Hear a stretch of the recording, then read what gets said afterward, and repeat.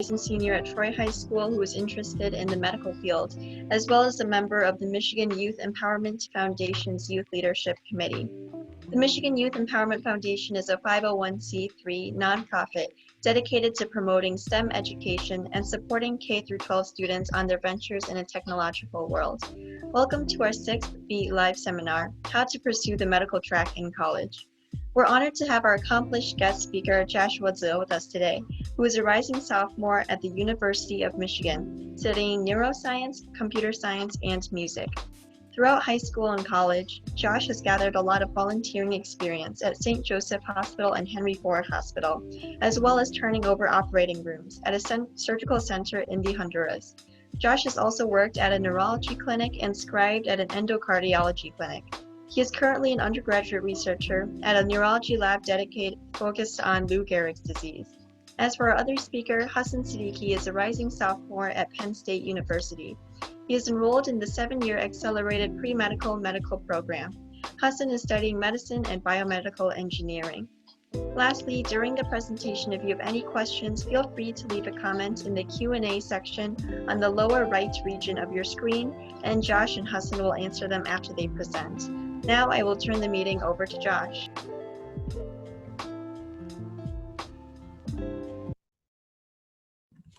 Hi, hi everybody, I'm Josh.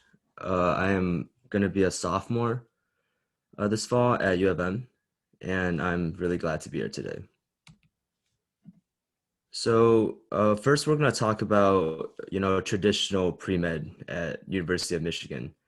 And this would be the traditional path. So you would do your undergrad, apply to med school, and then go on from there. So just right off the bat, do a quick kind of introduction on the MCAT. So the MCAT is a really long test, a 6-hour test, and that's without breaks. The whole thing is around like 7 to 8 hours. And this is the test you take your junior or senior year of college, and it's for applying to med school. So you can see that there's actually a lot of topics on this test. There's it ranges from physics to like reading to sociology. And yeah, it's definitely a big test that everyone prepares for and takes a lot of time. So looking at MCAT scores, right? So the test is out of 528 points. And you can see these 3 tables here kind of show the percentile rank and the score you get. So in here, there's a table of the top 10 med schools and their average MCAT scores. So yeah, taking into account that these are average scores, right? And especially for Asians, which I bet most of you guys are, the average won't cut it. So if we take a look at these percentiles, right? Usually like a 520 and above is considered really good. And that's basically, what we're aiming for here. And definitely that's only for the top 10, top 20 med schools. There are a lot of med schools out there and they're all really good. So you don't have to really stress on trying to get such a high score if your goal is just to get into, a med school. But if you are aiming for the top 10 or top 20, you definitely want to put in a lot of time studying, probably like a few months in advance, and try to aim for one of these 98, 99 percentile scores. Yeah, so some information about classes in college. So AP credit in high school definitely helps. I know a lot of people aim for like 5s on APs, and that looks good for like college applications, but it actually goes much farther than that. These AP credits can be used in college to skip out of many intro classes, So some examples are like general chemistry, general biology, those classes. They're not really a waste of time, but if you're really solid in the subject, right, you can definitely use your AP scores to test out. And you should definitely check at your college what score you need to test out of that class. Like at U of M, some of these classes, you don't really need a 5. A 4 is enough at times to just test out. And some classes you don't automatically test out, right? So like for chemistry and language, you're gonna have to take a placement test regardless of your AP. And this placement test is during orientation, so it's like right before school. And there's nothing really to stress about. You don't really need to study the basic questions. And if you did well on the AP, you should be fine on the placement test. And just because you have the credit doesn't mean you should always test out. So myself personally, for biology 172, which is the intro bio class, the AP bio credit covers this, but I still took it just because if you are pre-med, most of the classes you're going to take are going to be like life science bio classes. And if you don't really have a strong background, you fall behind really quickly. So this class, it wasn't really hard either. It was a pretty easy class, but it did teach you all the important things you need to know for the rest of your college years. So actually I saw in the chat, someone asked what's CARS. So I'm gonna go back a few slides here. So yeah, so this is just, it's like critical problem analysis. It's like reading. It's kind of like the ACT reading. So yeah.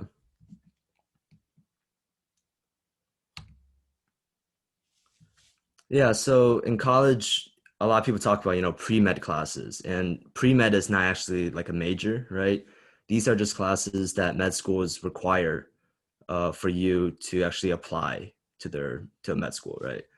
So it will be different for each med school, but most of them have, the same list of classes that they want you to take. You have to take psychology classes, enough bio classes, physics classes. And a lot of these pre-med classes are just for preparation for the MCAT, because you know how like there's physics on MCAT, right? There's biochem, and that's why people take these classes in college. And you got to be careful about AP because some colleges actually don't accept AP credit. So say you need to take calc and you skipped out, most colleges, most med schools are fine with you using your AP credit to skip out of calc. But some schools like, I'm pretty sure Baylor does not accept calc credit. So you need to take calculus again in college if you want to apply to that med school. And also these slides will be made available later. So you can click on these links and look at all the resources here. And U of M actually has its own pre-med kind of advising center website, and it has a lot of classes. Don't be alarmed. You don't have to take all of these classes. These are just recommendations. So they actually have like sociology classes, and then the recommendations, because it's on the MCAT, you could take it, but it's not required or anything. And if your high school offers Orgo, I would recommend you take it. Even if it's not a great experience. I know my Orgo teacher wasn't, the best, but she definitely did help kind of lay the groundwork for later, because it's always easier to learn something when you've already learned it once before. Yeah, so talking about Orgo, these kind of 4 classes are really the standout classes, at least at U of M, for the pre-med track. So Orgo is required, and MCDB, this is the biochem class, which is also required, and genetics, which is, I think, a really highly recommended course to take for pre-med. And these are standout classes because they're known for being kind of challenging. So especially Orgo, right? Everyone calls like the Orgo classes at U of M weeder classes. And that's because you take them pretty early in your college years. And if you completely fail, right? Like I'm talking about if you get like a D or E, if you still want to pursue medicine, it's definitely a lot more challenging. I wouldn't say it's impossible, but it kind of a weeder class, right? It weeds out the people who aren't kind of up to this.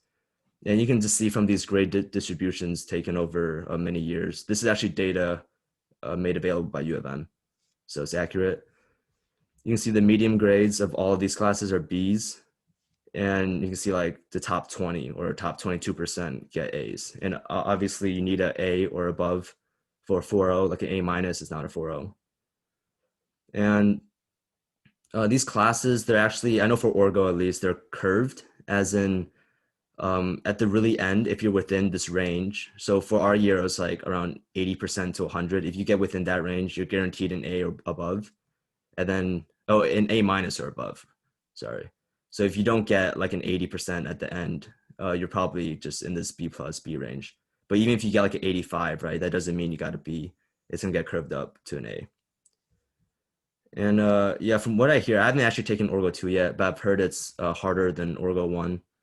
But if you build like, they're all connected, it's basically just a continuation. So if you have a strong base work, right, in Orgo 1, and Orgo 2 would be a lot easier for you.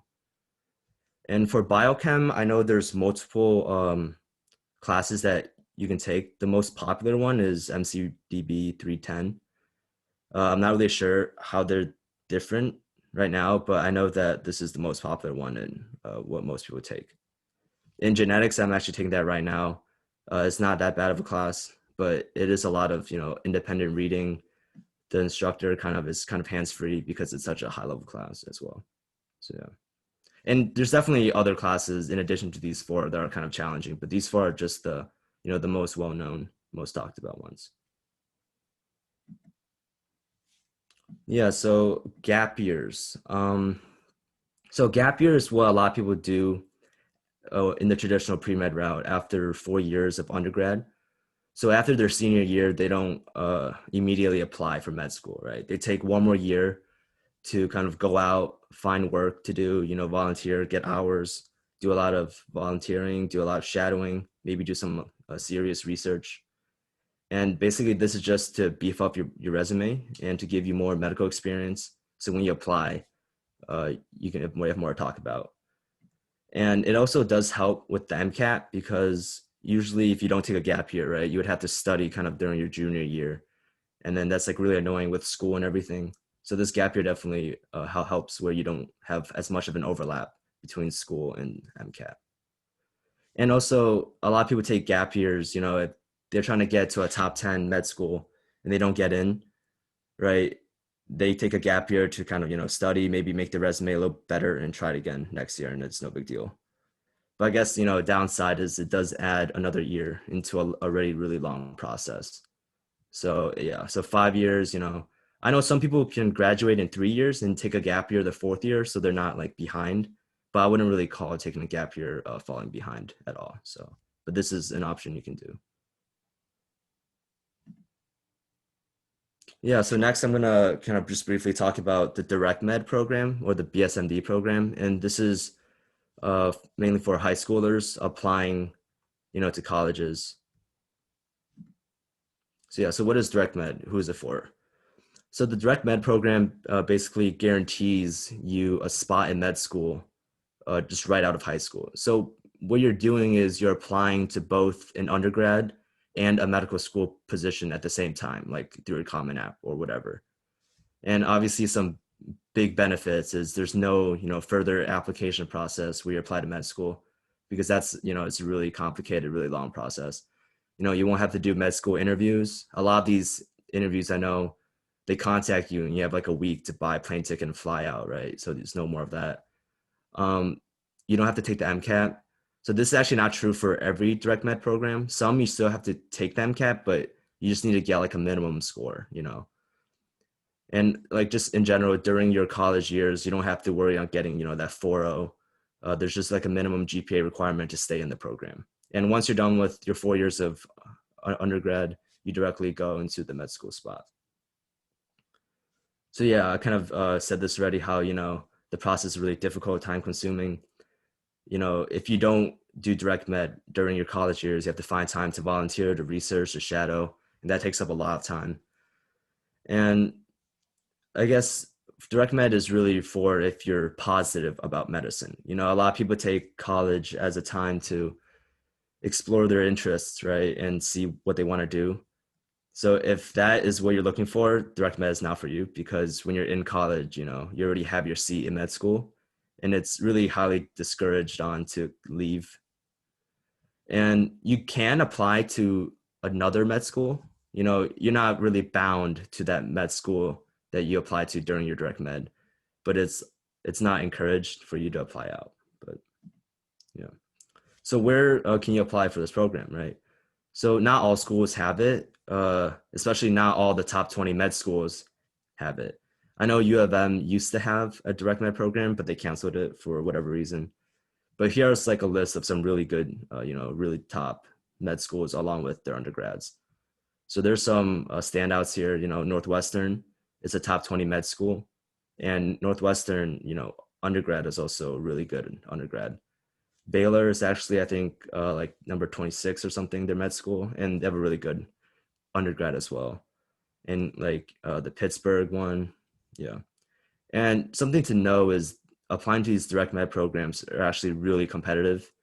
You know, they're actually sometimes thought to be more competitive than med school because you are applying as a high school student for a medical seat that college students are fighting you for, basically.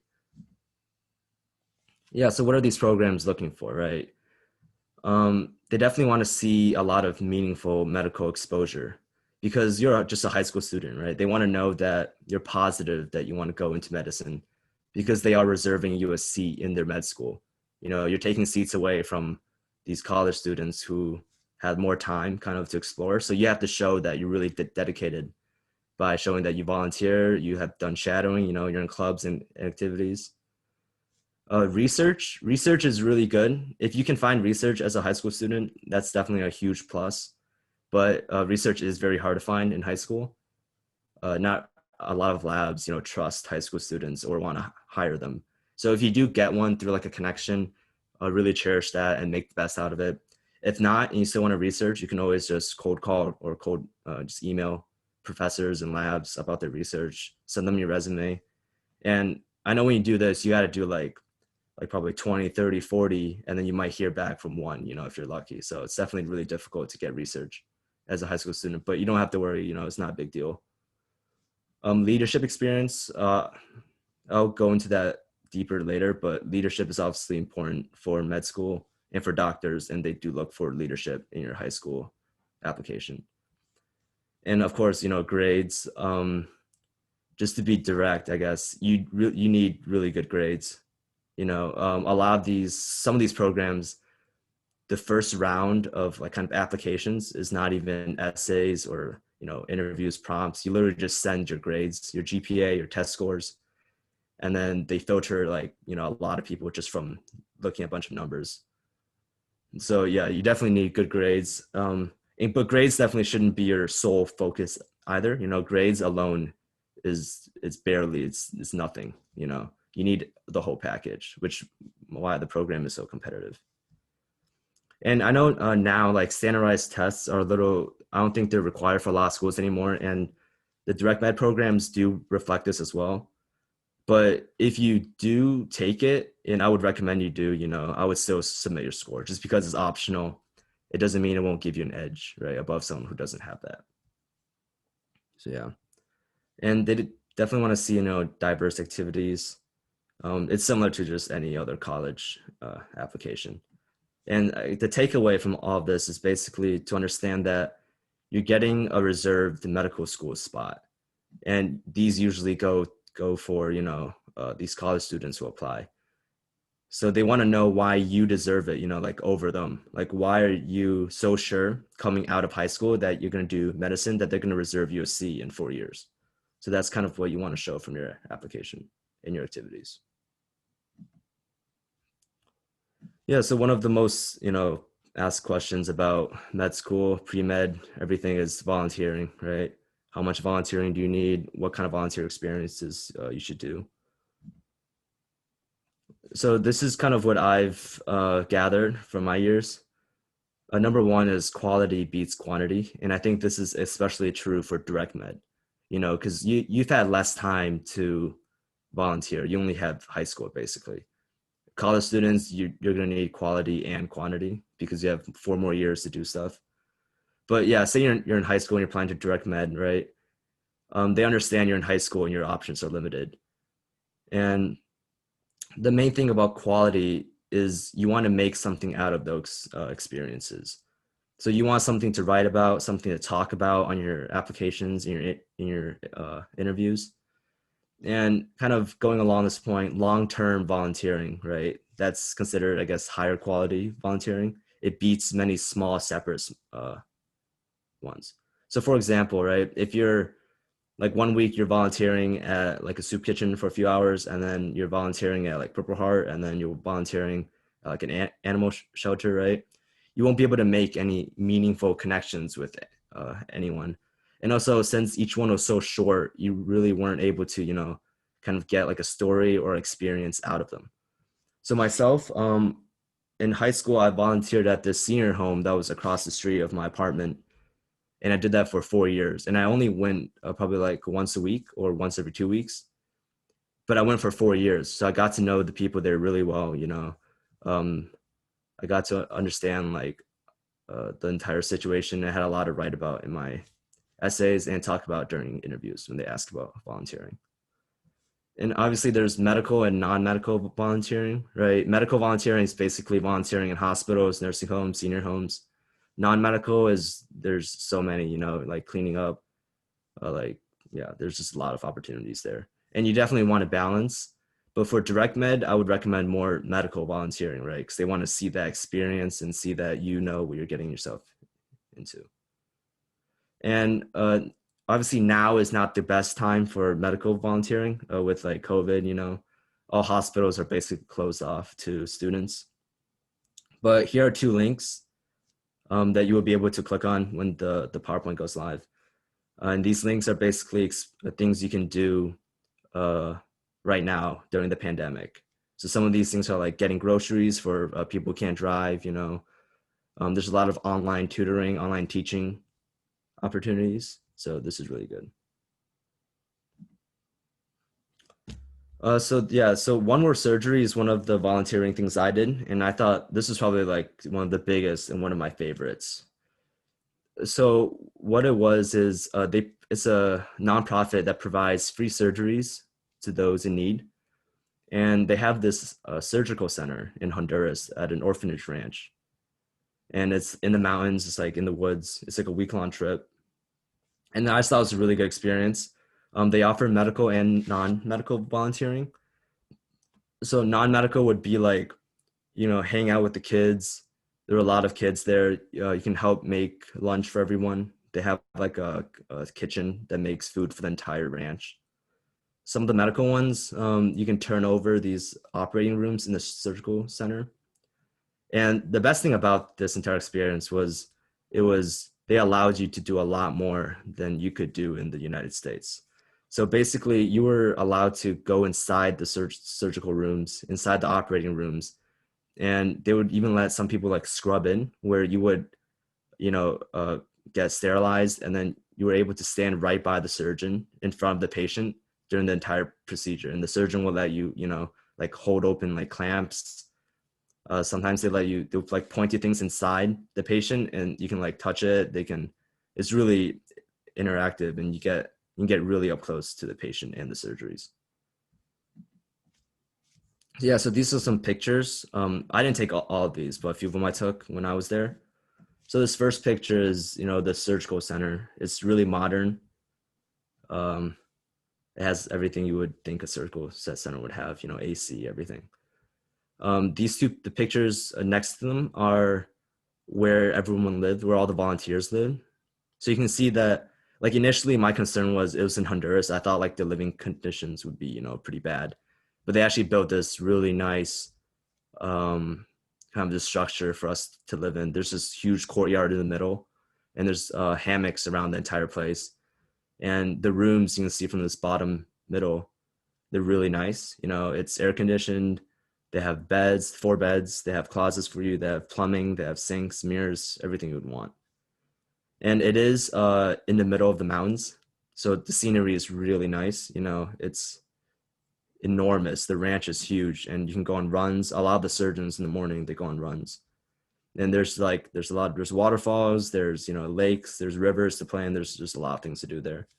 You can see this picture with all the kids. You know, if you don't want to be in the surgical center all day, right, you can hang out with the kids. You can actually see my dad is back there in the green, but yeah. So yeah, obviously this is just some information regarding it if you're interested. So there is a cost, you know, a lot of this cost is going towards as like a donation for the organization, right? Because they are a nonprofit. So if your mom or dad is like a doctor or surgeon, you know, you can apply for that, and then they would be able to have more specific roles in the surgical center. But this is, you know, family friendly for any family.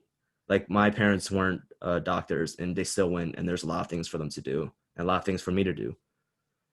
And I guess a big thing is the cost, right? Because you're flying to Honduras and back. There's not really a direct flight from Michigan, at least. The times I've went, we had a layover in Miami. So it definitely takes some time. And like signing up, I would sign up really early. The first time I did this, I think I signed up for an August trip in December. So that's like what, like 8 months, right, in advance. And then right after I came back, I signed up for next year's. So I basically, the second time I did it, I signed up in a year in advance because these actually fill up really quick. And they do offer trips, throughout the year. But for students, the most reasonable time is during the summer. And yeah, here's a link here if you guys want more information, more surgery. The website is really easy to navigate, so it's not much of a worry.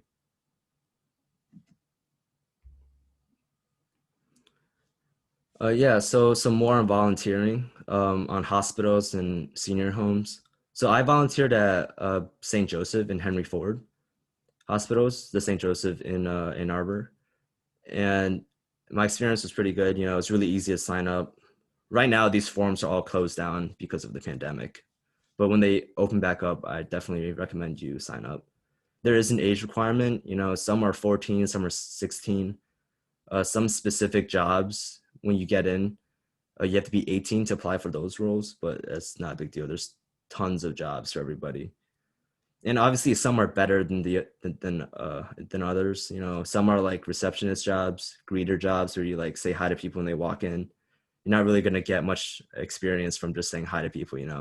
So there's a bit of luck.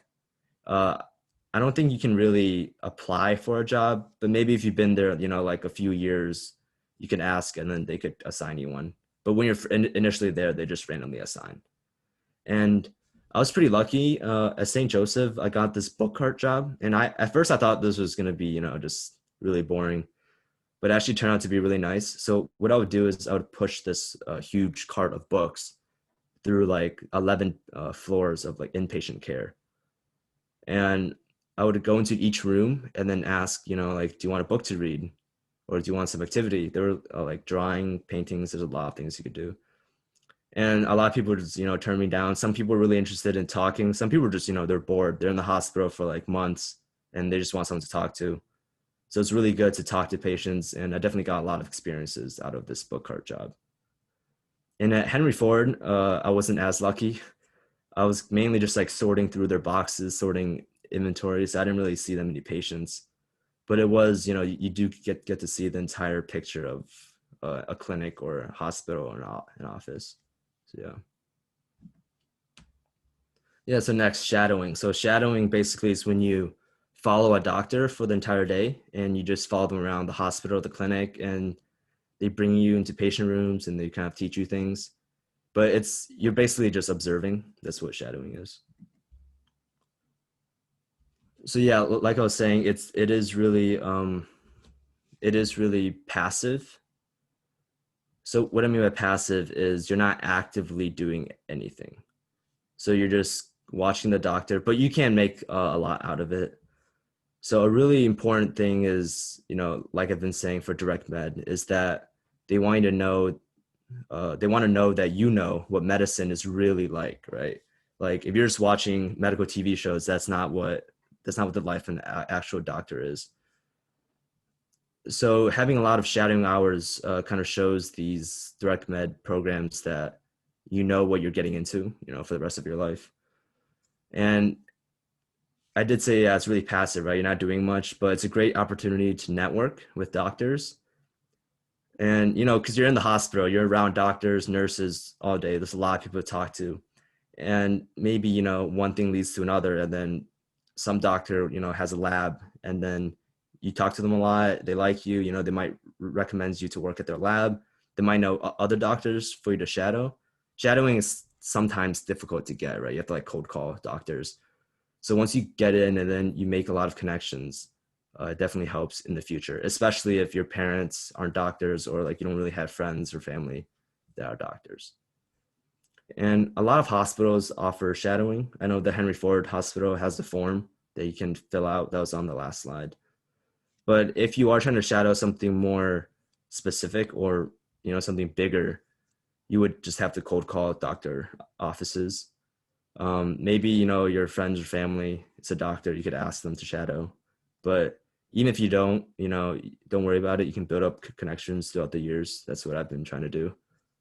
So. Yeah, so here's some tips about during shadowing. Make the best out of it. If it's sometimes it can be a little boring, a little slow, but definitely the most important thing is to ask questions, right?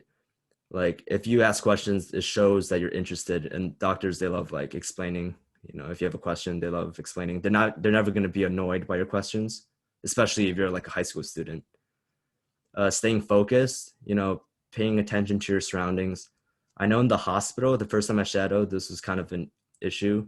It was really busy and people are like pushing instruments around and they don't really want some high school kid in the way of their job. So don't make anyone's life more difficult by you being there. You should just be there quietly observing, asking questions to the person that you're with. And if you're shadowing a surgeon and they let you into an OR, you should definitely pay attention to sterile technique. And they take a lot of effort and time to make sure that everything is sterile and there's no contamination. So when they cut open the patient for surgery, there's no infections. And if you're in there and you're touching things, you could delay the procedure. You don't want to risk. You don't want to be the reason the patient has a post-surgery infection. And basically what I learned was anything that's blue is sterile. So you shouldn't touch anything that's blue. So yeah, that's kind of also paying attention to your surroundings. Don't like back up into like a tray that they're using and they have to re-sterilize it. You don't want to be a burden for anybody. And this fourth one, it definitely seems obvious, but like you'd be surprised, right? Stay off your phone. During one of my shadowing experiences, this girl was on her phone like the entire time, and then the patients actually got mad. They were telling the doctor like, "Yo, you gotta tell her to get off her phone. She looks really distracted." So definitely stay off your phone. That shouldn't need to be said, but yeah. And yeah, some of my shadowing experiences. Obviously the best one is at one word surgery. Oh, I saw, over that 1 week, I saw so many different surgeries, both like through a door or right up in the room. A lot of the surgeries are orthopedic, like bone surgeries. They do like probably like 10, 20 hip replacements, knee replacements, a lot of those. And what I kind of learned is orthopedic surgeries are really messy because when it was our job to turn over the surgical rooms and clean it, the biggest mess would always be after like an orthopedic surgery. There would be like bits of stuff everywhere. There's a lot of general surgery, just like hernias, like appendix, just general surgery. Laparoscopic surgeries, these are actually really cool because everybody there could watch them. They would have a little camera and they would stick it in to the patient and then they would show the camera view like on the big screen for everyone to watch. So these are really interesting to watch. Spinal surgeries. There's actually one neurosurgeon there this 1 year. And these are actually kind of rare because they don't really have neurosurgeons that much volunteer. But we did see one and that was really cool. He also did some other surgeries like some pinched nerve surgeries, And they were actually planning my last year there. They were going to plan to do like an enormous amputation where they were going to like remove a dude's like entire shoulder, arm and everything. But for some reason that it didn't go through, it got delayed or something and we weren't able to see it. That would have been pretty cool to see, I feel like, but yeah. And one of my most memorable kind of shadow experiences there was this hernia removal with this doctor. It was initially going to be, just like a 1 hour surgery. I was talking to him like during lunch and I was asking like, "Oh, do you mind if I kind of scrub in on your next case?" And he was like, "Yeah, it's fine." So I went in with him and it actually turned out to become a 3 hour surgery. And like, you don't realize this at first, but when you're standing there, like you don't have time. There's no time to go take a break, right? You'll be standing for 3 hours straight, not moving. And it gets really, really, really tiring. And you can't really lean on the patient either. You just have to stand there. And the reason why it took 3 hours is because the patient was really obese. So there was a lot of like fatty tissue that the surgeon had to cut through. And he couldn't even find where like the hernia was. So it took a lot of time. And kind of the biggest takeaway I got from one word surgery was it really shows you what kind of being a surgeon is like. You know, because when you're in the room, you see all of this, you see all the, you know, the cuts, the blood. You can smell everything too. You know, when they do cuts, they have this thing that cauterizes as they cut. So cauterizing basically is that they use heat to stop the blood flow, so you know the patient doesn't bleed out. And it's basically just, it smells like just burning flesh, right? So definitely at first it's a little nauseating, and it's something you have to get used to. But this is something, you know, you won't experience if you don't go out and do this, right? You won't know this until you're in med school, and if you realize at that point it's not something for you, you know, it's kind of too late. Yeah, I know a lot of people like drop out during the autopsy in med school because they can't stand, you know, the blood and the smell. So this is definitely a good opportunity to experience it and see if it's the right thing for you beforehand, before you invest a bunch of money and time in med school. So yeah. And I've also done some more, you know, more mellow shadowing experiences like at clinics. And the clinical experiences are really cool too, because you get to interact with patients. You got to see how the doctor interacts with patients. And I was shadowing at a neurology clinic, and this is actually the other speaker. Hassan is his dad's clinic, and since he is a neurologist, a lot of the patients were like drug-seeking patients. You can see that they were faking things just to get a prescription for like pain meds, and it was really interesting to see how, you know, the doctor deals with these patients, and it gives you kind of like insight on how you would deal with them if you're in their position later on. And yeah, surgical experience. So some of these, like the electrocardiologist, he actually did surgeries as well, like putting in pacemakers, putting in ICDs, and I got to saw some of those. It's definitely not as, you know, intense as the surgeries I saw in Honduras, but it's still a good experience. And some of these were kind of boring, like dermatology. He didn't really do much the entire day. I just followed him around. But yeah. Yeah, so I said earlier I'll talk a little bit more about leadership, and this applies to, you know, direct med, pre-med, college, even just normal college application if you're just applying, if you're not really interested in medicine. So leadership is obviously a really important trait for a doctor, especially for a surgeon where you have like a team of nurses to carry out really complex surgery. You need to be in control of the room. And you know, how you really show this throughout high school is definitely just through like school clubs. You know, maybe you're a leader of some club, maybe you have student government, you're on, you know, you're the president or something. Outside of school, if you have other communities outside of school, it's definitely good to try to get a leadership position in that too, something maybe of like personal interest. uh, Almost every college application, college essay has a prompt on leadership experience, and especially during interviews, they love to ask, you know, what is a problem, a group problem you had, and how did you resolve it, or something along those lines. So it's definitely good to have something prepared. And also, you know, just being like a leader of a school club is sometimes not enough. What you really have to do is make the best of the experience. You know, this is the same thing for volunteering, for shadowing, for everything.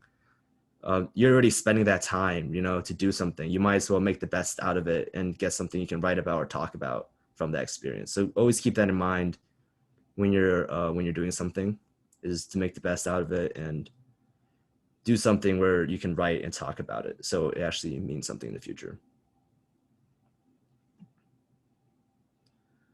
So some of my examples of leadership, I guess.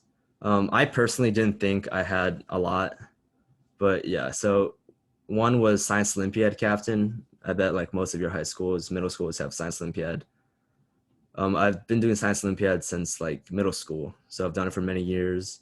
I did all right in it, you know, so I was able to become captain.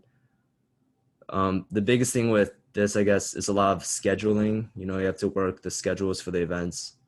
So it's good to write about how, you know, you have to manage like a team of like 40 kids and schedule them for like impounding their vehicles or studying for events, hosting practice tests, all of that.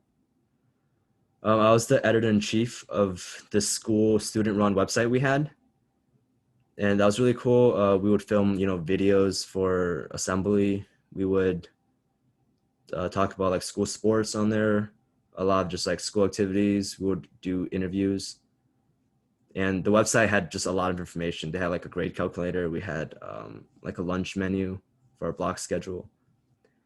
And the final one was I was the co-founder along with Hassan, the other speaker, of Vision.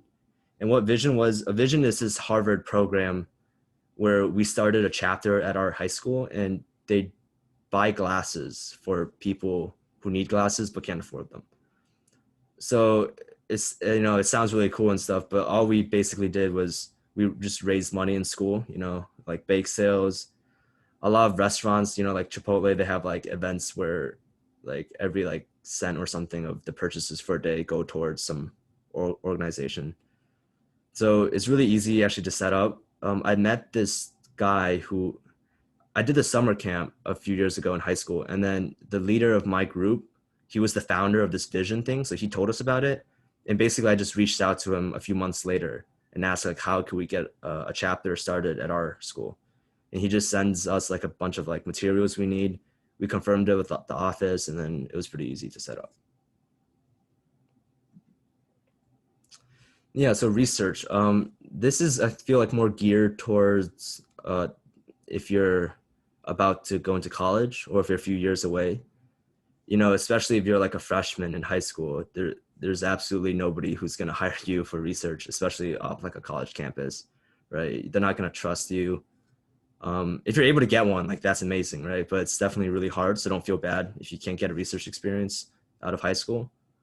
But in college, it's actually a lot easier than you think to research at a lab, you know.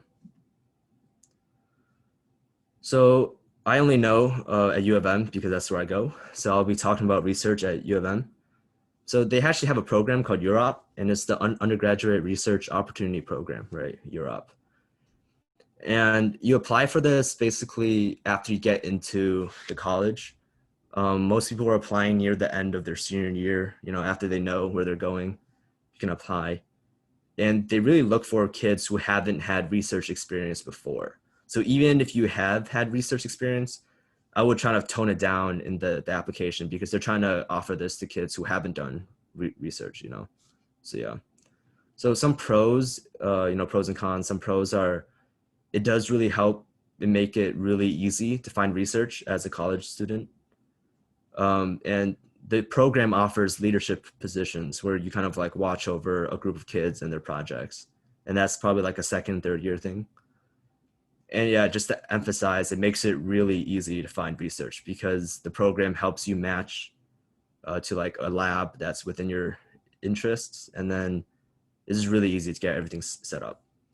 But obviously there's some cons. And one is, since it's so easy, right, it's less fulfilling in a way. So a lot of people I've heard bad experiences where they land a research job, but what they're doing is they're just washing beakers all day, or they're doing paperwork, or they're grinding data, you know, they're not participating in the actual research. And that makes sense, you know, because labs have to trust you before they give you like projects to do. And since Europe has such a big pool of kids, you know, you have to build that trust before they allow you to do anything. But, you know, I'm not saying that if you do Europe, you're kind of screwed forever. You know, you can definitely, there's a lot of people who do Europe who turn out to do fine research. You just need to talk to the people that you're working with and try to get something like a more involved job. But the biggest issue that I have with Europe, and the reason why I did not do it, is because there's a credit cap. So basically what this means is LSA or at U of M, you're capped at 18 credits per semester. And if you do research through Europe, they count those hours as credit, you know? And you might think that's good, like, oh, I can do research and get a bunch of credit. But the issue arises is it takes up like 3 or 4 credits, and that's like basically a full class. So if you're trying to take a lot of classes and do Europe, you know, you're kind of limited. Like you won't be able to take as many classes as somebody who's doing research outside of Europe. So what I'm doing is I'm basically doing research and I'm taking a lot of classes, right? So I'm only able to do that because I'm not doing it through Europe, because Europe counts the research hours as credit. So if you really want to fill up your schedule, you know, get ahead, take a bunch of classes and do research, you know, Europe might not be the best idea for you because it takes up a solid chunk of your credits that you could be using to take classes. And obviously, a downside of not doing your op is it's a lot harder to find a lab, right? You might have to like email like hundreds of labs, cold call them. But maybe if you have connections, you can get a recommendation to get into a lab. But definitely, you will have more involvement in the lab if you do this outside of your op. And especially you have more opportunities to kind of ask them about their research and what exactly you would be doing if they allowed you to join. And all of that's kind of done by the college in Europe, and you won't be able to have your say in that. So yeah, say you're not doing through Europe, like what would you look for when you're trying to interview for labs? So basically you want the lab to know, or the PI, which is like the lead investigator of the lab, you want them to know that you're willing to put in a lot of hours. That's how you kind of gain their trust too, right? And you definitely want to ask in your interview, like how much involvement would you be able to do once you join the lab, like if they give you the position. And if you're new to labs, they might say like, yeah, for like the first few months, you'll just be like kind of shadowing around, like helping out with paperwork. And that's totally understandable. And that's no problem at all. But say like you've been at a few labs and then you research at a new lab and then you're just doing paperwork for months on end. You don't want to waste your time with a dead end research job. You could obviously bring this to the attention of the staff and see maybe if they give you more involvement. But if it doesn't seem like a lab where they would trust an undergraduate, I would just find a new lab. It's not worth being in a lab for multiple years and not being able to get like a publication out or have your name on a publication. So yeah. And I would try to make sure you're working with the lab PI. A lot of labs have one PI, have a lot of grad students, and they assign you to work with a grad student. And there's no issue with that. But if you are doing this for the long term, if you're doing this for like 3 years and you're always working with your lab, your graduate student, not with the professor of the lab, it's kind of hard to get a recommendation because no one really cares what a graduate student has to say about you. Say for like a med school application, right? They want like a PhD or a doctor or the lab PI to be writing that recommendation. And it's really hard to get a recommendation if you're not working with them every day, like talking with them, So if you're trying to work at a lab for a long time, the same lab, definitely try to get close with the lab's PI and work with them as opposed to working with a grad student. And my experience with labs, like I said, I did it through outside of Europe. I found a lab and it was really good. It's a neurology lab, and we're basically studying Lou Gehrig's disease, and it's a lot of genetic, cloning, CRISPR, stuff like that. And I got kind of lucky. They were really trusting of everybody, and they let me get, a lot of involvement. I got to do a lot of hands-on experience tasks really early. And for like the first month, I was basically learning just from the grad student, but he was letting me do a lot of things. And then now, he sometimes steps out and then just trusts me to do a project on my own. So yeah, it just takes time, but research is really fun. Yeah, so next we're gonna talk about applying to direct med or BSMD programs. And I'm actually gonna hand this off to Hassan, who is currently in a BSMD program. So. Hi guys, I'm Hassan. So he said I'm currently going to second year at Penn State for their direct med. So the way it works, it's a 7-year program. So 3 years in the Penn State undergrad, and then I'm gonna have 4 years at Thomas Jefferson University in Philadelphia. So actually, it's separate med school and separate college. So some direct meds are like that. Some like Northwesterns, I believe, are like same one college and the same college as med school. But some like mine are separate colleges and a different med school where you'll go after you finish your college years. So we'll start with the application. So the one thing you have to realize here is that you're applying to both college and med school at the same time. So there's gonna be a lot more essays. So most schools have different application processes, and definitely a good idea to have like go in Excel or make a note somewhere with all the different due dates and everything you have to get in for each school, so you don't forget anything, because that can really hurt your chances. And most of the colleges that you're going to apply to that have direct meds are on the Common App. So your Common App will go plus those supplementary essays. And then, like I said, most schools will have additional questions for the actual direct med. So now onto the essays. So yeah, you're gonna have a lot more essays for sure. Here, most schools definitely have, there's a certain selection of questions that they all will pick from and ask you about. So some of the major questions are why this specific program. So here you have to really look into why you're choosing this school. They want to see why, for me, Penn State wanted to see why I wanted to come to Penn State specifically, and then also why I wanted to come to their med school and not a different school. Also, why direct med? So why do you not want to just go the traditional route, go through going to college for pre-med and applying from there? So here you want to talk about how you're like completely positive you want to do medicine. And also you can talk about, like, for me, it's a 7-year program, so I saved a year. Talked about how that's another big thing. And then why medicine in general is a big question, because so here, like Josh was saying before, you're taking a spot away from the med school, from like college students applying to the med school. And also there's a lot of students figure out what they want to do in college. So if you want to get in, you really have to be confident that you do want to be a doctor. The program doesn't want you to come in and then leave after a year or two and you figure out like, oh, I don't want to be a doctor anymore, or I want to do something else. So you have to be really confident that medicine is what you want to do. And also a lot of students or a lot of people maybe want to do medicine just for money, or they want to do it because they've just seen how it looks with their parents, maybe, stuff like that. So you really have to be passionate in doing medicine for the right reasons. So really interested in it, you want to help people, stuff like this. And that really has to be shown through your essay. Also, interview questions, also why medicine. Another essay question, just like favorite activity you did in high school, maybe something about leadership or questions like these. All right, so now on to actual interviews. So first, is how it's set up. You kind of like med school, you first apply to the school. So you do all the essays. Some programs, they, like Josh was saying, first have you only submit your grades, or only submit maybe the Common App. And then if you're above a certain threshold, they'll send you out the rest of the application, which will have more essays and more questions. And then if you, from there, if they see you as a good enough candidate, they'll give you an interview. And so one thing that I kind of noticed about interviews, so at this point, this means that you made it this far, means that your application was good enough to be in the school. Now they just want to see that you're like you can talk and that you're set to become a doctor through your conversation, because obviously doctors have to talk a lot to many different people.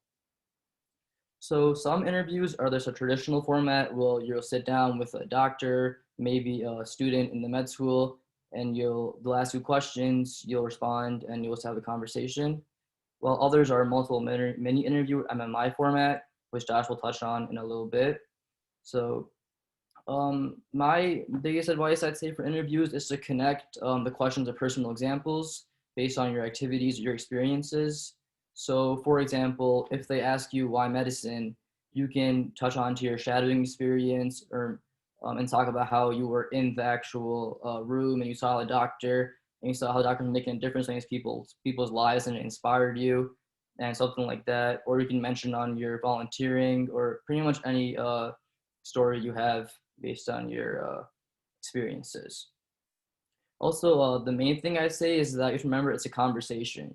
You're not just getting asked questions, you have to be talking, responding to them.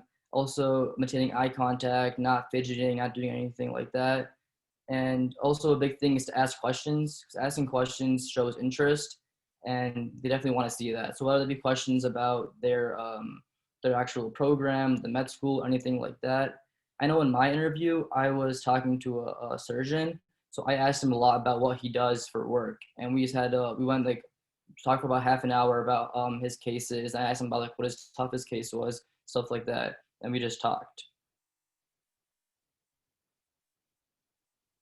All right, so now just overall for how my experience was, I definitely recommend it for what I've gone through so far in my first year. It was definitely amazing. So first thing, you get the way less pressure. So the Penn State program, I have to maintain a 3.5 GPA. And most med schools, as you may have seen on the first slide with the GPAs and MCAT scores, they require much higher average GPA in order to get in.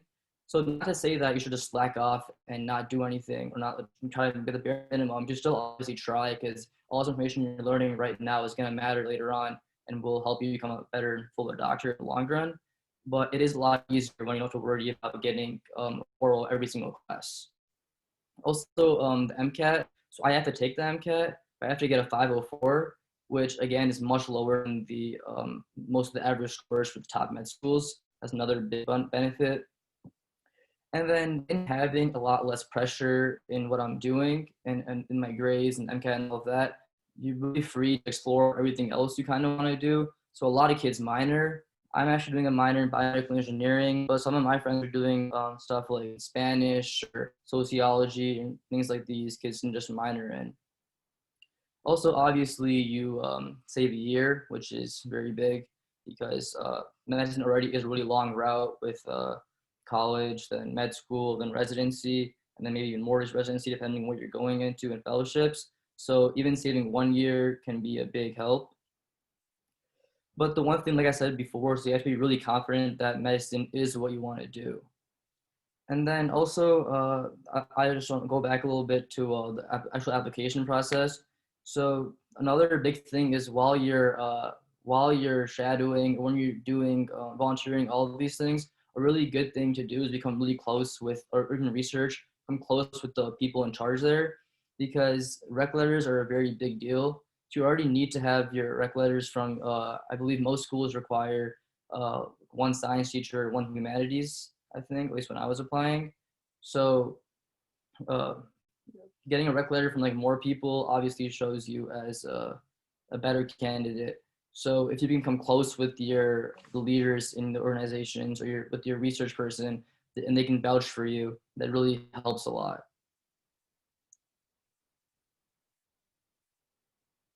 Yeah, thank you, Hassan.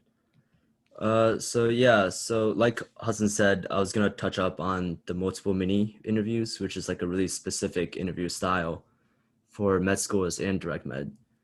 So the reason why like these direct med programs choose to do MMIs is because this is the official format when you apply for med school.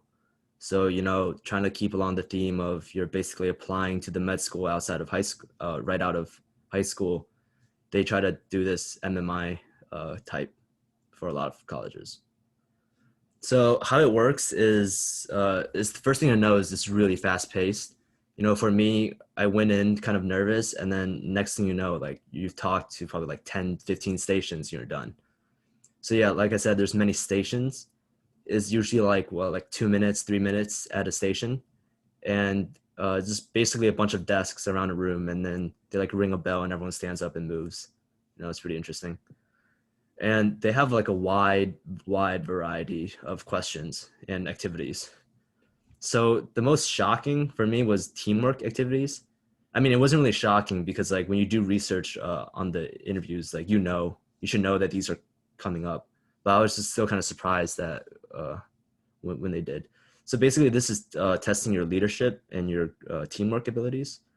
So some examples of what happens here is that they might ask you to verbally describe how to tie a knot or tie your shoes. And then somebody else would actually tie it, like an actor, and they would tie it exactly how you tell them to. And there's sometimes they'll purposefully like mess something up, you know, if you're not really clear, just to agitate you and see if you can like keep your cool. And you should definitely keep your cool, right? And then the activity I had was putting together a puzzle. So there were two students, me and some other person who was interviewing, and we would sit back to back. And one person would be in charge of describing like the end result of the puzzle to me. And then I would be putting the puzzle together. So obviously it wasn't like an obvious puzzle. It was just like a bunch of like colors, like cubes, and then you just put them in the right order. So you have to be able to both listen to other people's instructions as well as give clear instructions. And it definitely was really nerve-wracking because, you know, there's a timer and then you try to finish the puzzle, but they do give you activities that are pretty difficult, and usually you're not going to be able to finish them in the time given. But they just want to see how you perform as a team as both the leader and the person who's following the instructions. So yeah, this is something you can, practice with your friends, your parents, there's not really a reason you won't be able to do these because you do have a lot of time to practice. And it's not something that's just like really, really challenging. If you practice, you should be all right. The next type, which I would say is the most common type of problems, are ethical dilemmas. So they would give you this situation, and I'm actually going to go over a few examples after the slide. So they're going to go over like this scenario, this fictitious scenario, and they want to see how you would respond to it. And all of these are medical related. And the thing to know is that these are not yes/no problems, right? If you just say yes or no at the end, you're not going to hear back from them, quite simply. They want to see what they want to see is your thought process. So the trick here is to just think out loud and say everything you're thinking, and they will look at that, and then that's how they see, if you're like a critical thinker, if you're a good problem solver, that's what it is. And speaking about problem solving, I only encountered this once at one college. They had like this bio question. They showed me some like slides of like a microscope. They were asking, it was like colored, and then they were asking something about like the data analysis. And I don't really remember what it was, but I do remember like I didn't expect that to happen. And also, you don't have to be worried because you don't need to know any background science knowledge for it. It's just all problem solving, like critical thinking, reasoning, logic, similar to, like ACT science problems. Like you don't need to know any science to get a 36 on this, you can just look at the data and analyze yourself, but obviously it is a little easier. And I would say it's the same for these problem solving questions, but I wouldn't worry about this. The only instance I've seen this come up was at the St. Bonaventure direct med program, and during the interview there was like some bio question that was really weird. And another thing is questions on current medical issues. So these actually have like, there's a wide range of possible questions. For me, they were asking about like how I felt on the current like breakthroughs in like genetics, like CRISPR, like the ethics behind that, stuff like that. So that was pretty easy to answer. But I have heard they can ask questions on like healthcare and like insurance, stuff like that. And obviously they don't expect a really in-depth answer, right? Because you're just a high school student, you wouldn't know. But they do want to see that, you're keeping up with the current medical news and issues. And if you do have a lot to say about a question, if they ask you a question about this, you have a lot to say. It's definitely a huge bonus because they wouldn't expect really sophisticated answers from like a high school student. But yeah, but since there's a possibility, I would just read some news, read some articles on medicine, and then you should be set. And obviously all 5 of these are in addition to normal questions. So like at some stations, they might just ask like, what's your greatest weakness? Or ask like, why do you want to be a doctor? Stuff like that. So yeah, it's actually pretty fun. It's a lot of stations, a lot of movement. Once you're done with one, you just gotta stop thinking about that one and move on. If you do bad on one, it's not a big deal because every new station is a new person too. So that actually helps. Like if you mess up one question, right, you don't have to be worried that the interviewer is going to think less of you because it's a new person when you rotate. And obviously the interviews are all like really nice. And sometimes I know for like these ethical and problem solving ones, there's like role play where the interviewer, or they'll get like an actor to act out the story or the scenario, and then you will be acting as a doctor. But other times, you're just talking and you just say what you would do as a doctor. So there's not really a difference if they have like an actor. I guess it just makes it more like immersive and fun, I guess, but it shouldn't really change your response, or you shouldn't like be more nervous because you have to like act as a doctor or anything. Yeah.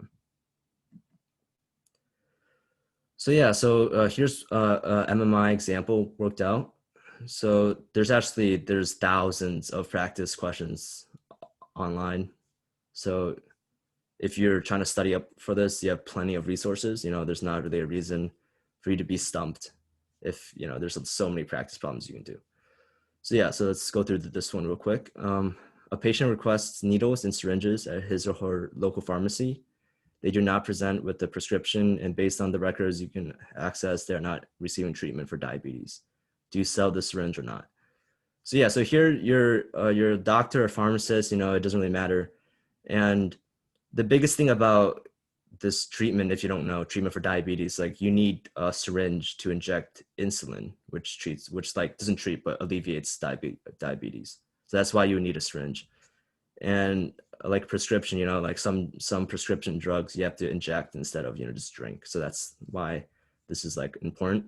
But you can see here that it says they don't have a prescription, and based on the records that you can see, they don't have diabetes, right? So the dilemma is like, do you sell them the syringe or not? So yeah, so this is just some like common but really incorrect thought processes. So if you tell the interviewer no, right, I'm not going to sell them the syringes, and the reason is because they don't have a prescription for any drugs, so they're probably using the needles for like recreational drugs, you know, like heroin or something where you have to inject it. And this is a really bad thing to say or even, you know, think, because you're just making a snap assumption about somebody with no evidence at all. So you instantly, you just think less of them, you know, and as a doctor, you don't want to be making any assumptions about people with no proof. So this is a big no. And another, you know, thought, maybe you could just say, you just sell it to them, right? It's none of your business. They're paying for it. Your job's to sell. So this is a bad answer too. And the reason is because even if it's none of your business, right, you could make something of the situation to make it better. And I'll kind of go into what that means later. But also you do have to talk about how maybe your pharmacy has different like requirements. If you don't have a prescription, you're not allowed to sell. And if that's the case, you know, you should say that I'm not going to sell to them, but you definitely should not just give them an answer. You should give the patient like an explanation on why you won't do something. So yeah, the correct approach here is to ask them why they need it. All right. So they might say, you know, like, it's none of your business. I don't want to tell you. And then it's your job to kind of convince them to tell you, because you can tell them that whatever they tell you is confidential. You know, you're a doctor, a pharmacist. If they're trying to use it for drugs, you can't go to the police and report them, you know? So you are not like advocating against them. You should let them know that you're on their side and you're trying to protect them and like their health. So definitely try to gain their trust, right? And if they do admit, you know, they are using it for drugs, saying no is a terrible idea, because it's a big thing to know that it's futile to stop drug-seeking behavior. So if you don't sell them the needles, right, they're gonna go find it from somebody else, or they're gonna reuse needles, which is a risk for a lot of blood diseases. So if you just tell them no, don't think that you're helping their health, because they're still gonna do drugs. Just because you can't sell them needles doesn't mean they're not gonna find them somewhere else. So this is kind of what I was saying earlier about just saying, just give it to them or don't give it to them and don't say anything else. That's a bad idea, because you do want to inform them, because your job as a doctor is to inform. So yeah, so like it says here, inform when you can. So you might want to tell them that there are needle exchange programs around the country, and basically you can exchange old needles for new ones for free. And this would reduce risk of, you know, like sharing needles or reusing them and transmit really infectious blood diseases and deadly diseases. You know, so that's kind of the case if they're using drugs. And maybe they're not, and then they tell you that the records are wrong. You know, I do have diabetes. And if you just said no because they don't have a prescription, right, you could be turning them away and they could crash and die, you know, like you got to be careful about that. So maybe like your records aren't up to date, you know, so you can ask the patient, maybe, do you have any proof, right? So a big proof for diabetes, I guess, is if they have a bottle of insulin and it like has their name on it, right? That would probably prove that they're using it for diabetes. And if they, you know, if they don't have a bottle of insulin or a prescription, it's not out of line to doubt, because like, why would you be needing the needles if you don't even have the insulin, you know? So yeah, I should definitely try to ask them for proof. And if it turns out they are lying and they're just, you know, trying to use it for drugs, you just go back to this point right here. And a big thing is you should mention in your answer to the interviewer that you have to ask, like, is the pharmacy I'm working at, do they allow me to sell needles without a prescription? You know, because some pharmacies might have rules against that, and all of this is still valid, but in the end, you would tell the patient, like, I'm sorry, you know, I can't sell you the needle because it's policy. And you definitely don't want to break policy. That's not a good trait to have, and they would mark that down in your response. Yeah. So all of this, you know, I kind of just explained how I would answer it. And this is like kind of exactly what I would say to them. I would just talk kind of in like third person. I would just be like talking about how I would think. But if it is like, you know, a role playing scenario where there's an actor, you would want to, instead of saying like, oh, like I would have to check with my pharmacy, you would ask, you know, the interviewer, like, do you guys allow me to sell? You know, you have to just take the role of the doctor. But if you're not like role playing, you can just say it out loud. Like, I would ask the pharmacy, you know, like that. So here's like another example. This one is actually a lot more challenging at first. You know, if this was like the first time you've seen something like this during your interview, you would definitely get stumped. And basically it's like a patient has Down syndrome and she's pregnant, all right? And we're assuming that this patient is, for the sake of this question, that she's 18 and above. So she's an adult and she can make her own decisions. So the patient does not want this abortion, and her mom and dad want the patient to have an abortion. So what would you as a doctor do, right? So this is a really tough situation because this patient is of age, she's pregnant, but she has like a really crippling mental disorder, and the parents don't want the patient to have it, and then it's up to you kind of to mediate this situation. So yeah, like I said, we're assuming this patient is of age and has the right to make her own decision. So yeah, some issues with this black and white solutions, right? So you have, basically, if you make this a yes or no, you only have two options here. You can side with the parents, or side with the patient. And the issue with siding with the parent is that you're not respecting the wishes of the patient, right? The patient is 18, it's her body, her kid, right? If you just side with the parents without even talking to the patient, you have no respect for patient autonomy, and that's a big no. And if you just side with the patient, it may seem at first to be the right idea, but if you just say, I'm just gonna side with the patient, that's definitely not a good response to the question.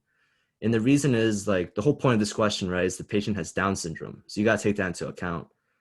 And Down syndrome definitely, you know, it's a mental disorder. So you have to gauge that she is in the correct state of mind to be making these decisions, right? You can't side with her if the patient is actually like just completely out of it, you know? If she's like delusional about it, she definitely won't be able to take care of a kid. So you have to assess the patient's like mental health, basically. Yeah, so if this was like a role playing, right, you would be asking the patient directly. If not, you would just say, I'm gonna ask the patient so and so. So you would kind of, you know, say like, do you understand that what this pregnancy is and what being a mother means, right?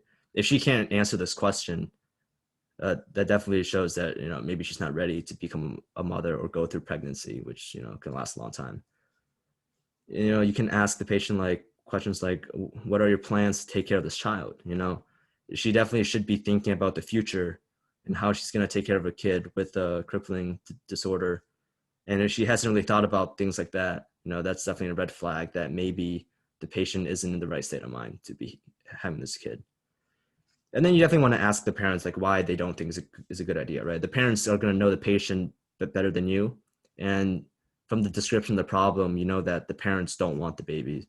So it should definitely be a flag there. Like, why don't the parents trust the kid to have a baby, right? So you should definitely ask them. Don't ignore the parents. That's a good point. Don't ignore anything in the question. You know, all these details in the question, you should mention them because there's a reason they put them in. And, you know, they're not trying to waste their time here with any tricks or anything. So you should definitely, if they talk about parents, you should mention parents. They talk about Down syndrome, you mention Down syndrome. And the thing about this question is, you know, you never really arrive at a yes or no answer, but that's okay. You know, like all of the things I just said, if you said that during the interview, they would know that, you know, you really thought this through. You covered, you know, all the points, you know, the parents, the patient. And sometimes the interviewer might prompt you and be like, so what would your final answer be? And I would not just say yes or no. I would just say like depending on the patient's mental state, right? We can further decide if it's a good idea for her to keep the kid or maybe follow the parents' concerns and abort the baby. So yeah, so like I said, a big part about this is thinking out loud. You know, don't assume anything and not say it because the interviewers can't know what you're thinking. So if you're thinking good things that you're not saying out loud, you're just wasting that basically. Yeah, so some final thoughts, and this is mainly to parents because I know like most of you guys are Asian, right? And you have Asian parents, so yeah. So a big thing is, you know, I definitely went through a lot. Hudson and I went through a lot in this presentation, and you don't have to worry. You know, the biggest thing when I first heard all of this from like someone else, right? I got really, really worried. And there's no reason to worry. You have plenty of time. You guys are in high school, right? In middle school. There are people halfway through college who decide they want to be a doctor and they still become successful doctors. So yeah, just you have plenty of time to volunteer, to research, to do everything you want. Don't like freak out about this. And this is kind of a big one, right? If you want to be a doctor just because of the money, right? I'm not saying it's like a terrible thing, but I don't feel like it's worth the time or the effort. There's a lot more easier jobs that pay a lot higher. You know, if you're doing this for money, I don't think that anyone could last. You know, it could go up to upwards of like 16 years before you finally have your own job and start getting paid. And there's a lot of debt from like medical school. You know, in residency, residency is basically like slave labor. Like you're going to be working so many hours, not getting paid a lot. And this can go on for, you know, 8 years, even more with like fellowships. And there's definitely a really high burnout rate. And this is especially true for kids where their parents push them into medicine and they don't want it because it's not something, you know, quick that you can just become a doctor. It takes many, many, many years. And if you don't really have a passion in it, you're just going to be miserable. You know, you won't be able to hold out until the salary at the end because you'll be in debt for so long that it's just not worth it. So yeah, so I would definitely do a lot of, you know, I wasn't really sure. You know, when I was young, I thought I wanted to do medicine.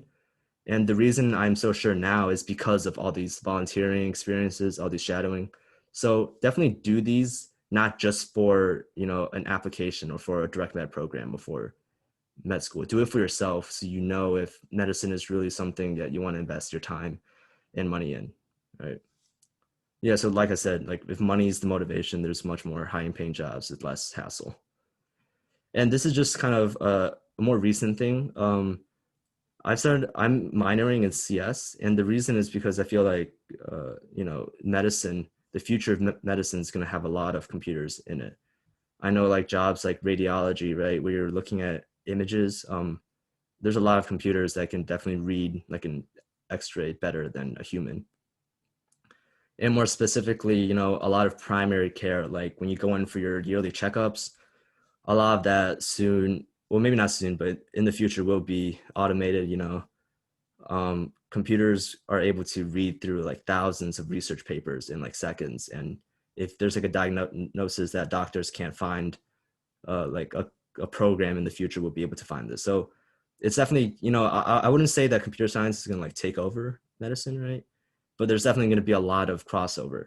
So if you're thinking about doing medicine now, I would suggest you take some CS classes, you know, just so you're not clueless in computer science when you become a doctor. So yeah, that kind of wraps it up for the presentation part. I think now we're just going to move on to the Q&A. Thank you, Josh and Hassan, for that amazing presentation. As you said, we will now be moving on to the Q&A section. So our first question is from Kate Liu, and it's, is Orgo mainly memorization? Yeah, so that's actually a really good question. I thought at first it was a lot of memorization. A lot of people told me it was a lot of memorization.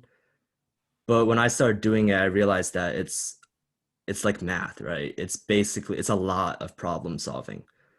And a tip for success definitely is do all the practice problems that you can do. Like watching a lecture, I remember the lectures and then actually doing the problems, they were two separate things. You know, the lecture tells you on the theory behind it, but then like imagine like taking a math test by just like looking at math lectures, you know, like reading a textbook. The only way to succeed is to actually practice and do problems. And like once you've done like hundreds and hundreds of problems, you know, the tests, if the teachers leave you problems to do, you know, they're doing it for a reason. The test problems are going to be really similar. So I would definitely recommend doing a lot of problems because I feel like it's a lot more problem solving than it is memorization. There are some memorization, but that's basically needed for everything, and it's really doable. The main issue is just problem solving and recognizing different types of problems. So, yeah. Our next question is, when is a good time to take each class in college? And by class, we're referring to biology, genetics, biochemistry, and org. Yeah. So I'm actually gonna go back to the slide with the classes on it. Yeah, I was gonna mention this, but I kind of forgot. All right, so at U of M at least, Orgo 1, mainly sophomores, second years. Some of my friends took it freshman year and they did fine. You know, it's not like sophomores who do it know more than you, right? Because Orgo is new for everybody. But that's why I kind of recommend taking it in high school. It definitely helped me at least. Orgo 2, it's going to be mainly juniors and seniors. I'm taking that my sophomore year. There are sophomores too. You know, these classes, there's not really a set grade you have to be in, but the only thing is you need to take Orgo 1 before Orgo 2. And if you take Orgo 1 freshman year, take Orgo 2 sophomore year, you know, like, be my guest. It's not an issue. Just when you take these classes, I would recommend, you know, limiting your other classes. Like I wouldn't take like Orgo and genetics, you know, and like biochem at the same time. If you're going to take Orgo, just make that your only like hard class, or maybe have one more hard class if you can handle it. But like genetics, usually they're juniors, seniors. I'm taking it now too, but it's, you know, it doesn't really mean anything. I just had the time this summer to take it, so I decided to take it. And the prerequisites are just like the basic bio classes. And like I kind of said here, right? Bio 172 at U of M, that's like kind of bio 171 and 172 are what the AP credit covers. So if you do get a 5 and you feel, or 4, and you feel like you're set on bio, you can just skip out of these. So you can just take, you know, the other upper level classes right away. But yeah, just there's not really a set like grade for each class. Like one of my classes I remember is mainly seniors, and I just took it because it was open and I had to take it eventually.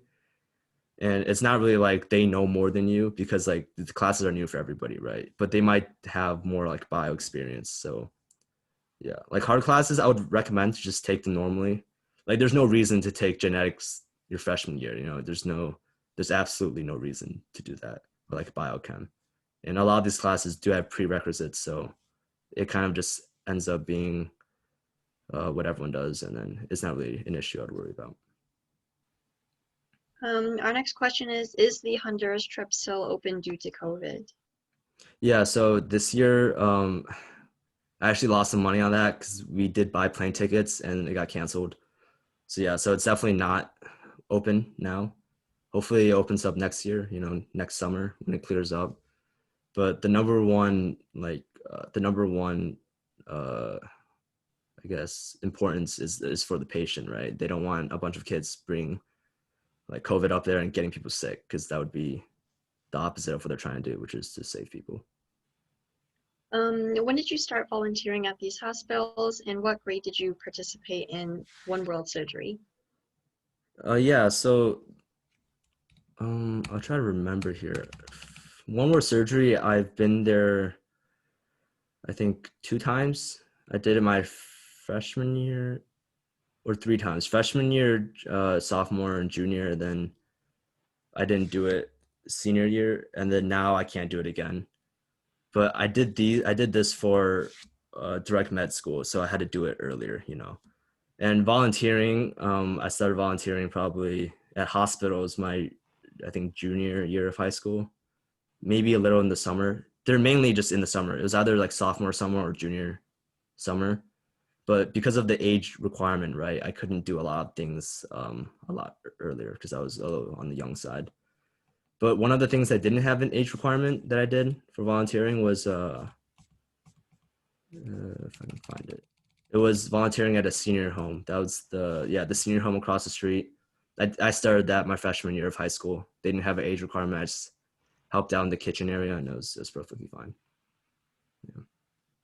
Our next question is, what did you guys do at senior homes as volunteers?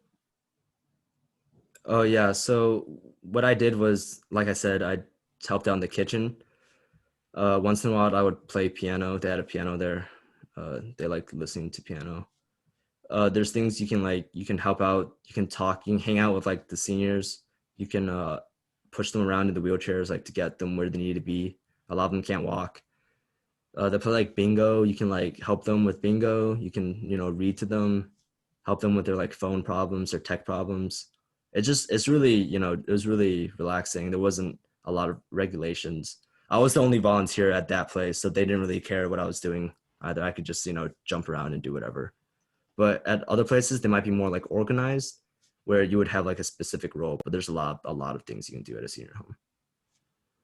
And Hassan, somebody wanted to know what you did in the field of community service during high school or college. Okay, so for community service, so first, like Josh said, we both did a vision. So we made that, so that was raising money for glasses. So we did that.